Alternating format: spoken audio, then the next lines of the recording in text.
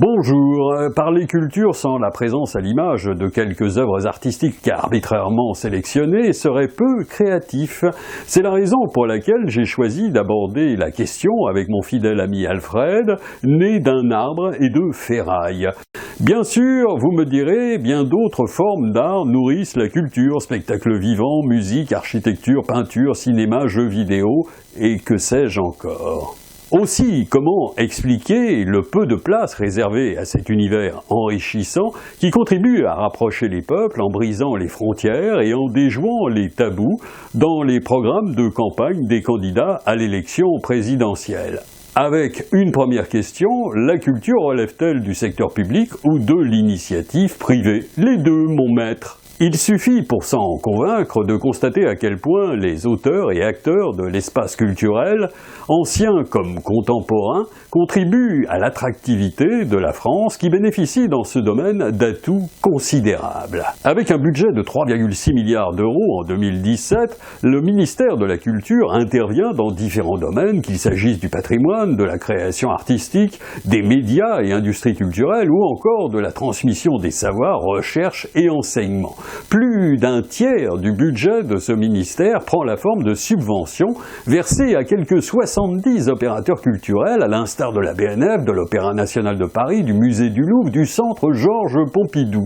De plus, d'autres ministères contribuent aux dépenses culturelles pour un montant de 4 milliards d'euros, dont 73% vont au ministère de l'Éducation nationale, de l'enseignement supérieur et de la recherche. En dehors du rayonnement culturel exercé par les ambassades, instituts et alliances françaises, le rôle éminent joué par les collectivités territoriales, dont les dépenses culturelles se sont élevées à 9,3 milliards d'euros en 2014, ne peut être ignoré.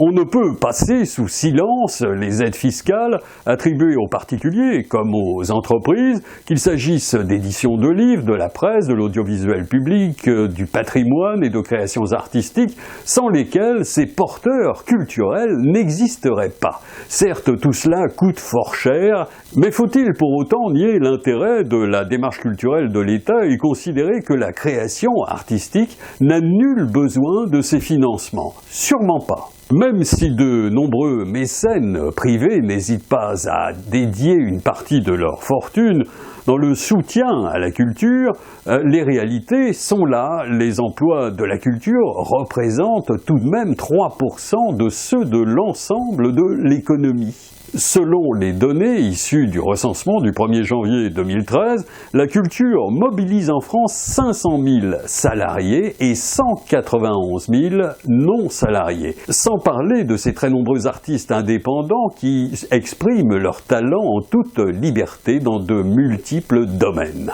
Si la région Île-de-France figure avec Paris au premier rang des pôles culturels, l'Auvergne, Rhône-Alpes, l'Occitanie, la Nouvelle-Aquitaine, Provence-Alpes-Côte d'Azur, suivies de bien d'autres régions, emboîtent le pas. Car bien des territoires de l'Hexagone ont en effet su se spécialiser avec la présence d'entreprises de renom, mais aussi la création de spectacles qui attirent Françaises et étrangers.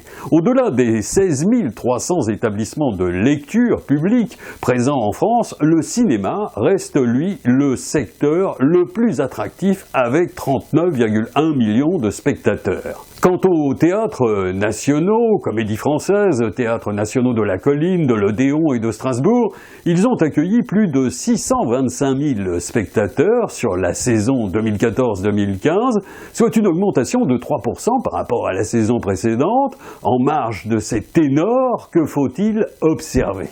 Que la diffusion des arts de la rue passe essentiellement par les festivals qui remportent de notables succès. Que plus de 350 festivals d'art du cirque ou d'art de la rue permettent de booster le secteur touristique et la vie même de villes, départements et régions. Démonstration est donc apportée que sans culture, la France serait un bien pauvre pays.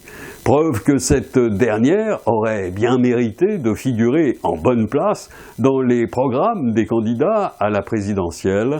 Quoi qu'il en soit, vous avez le bonjour d'Alfred.